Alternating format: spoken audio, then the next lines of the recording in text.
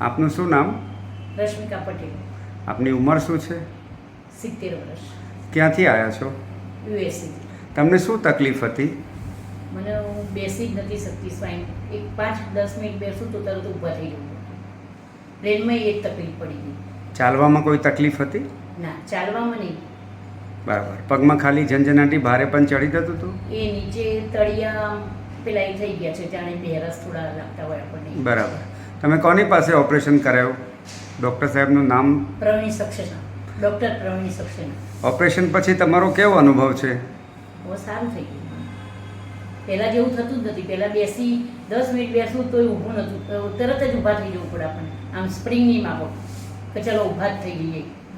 અને હવે એ થતું જ નથી. હવે બેસી શકું છું. ઓપરેશન કરીને કેટલા દિવસ થયા છે તમારા?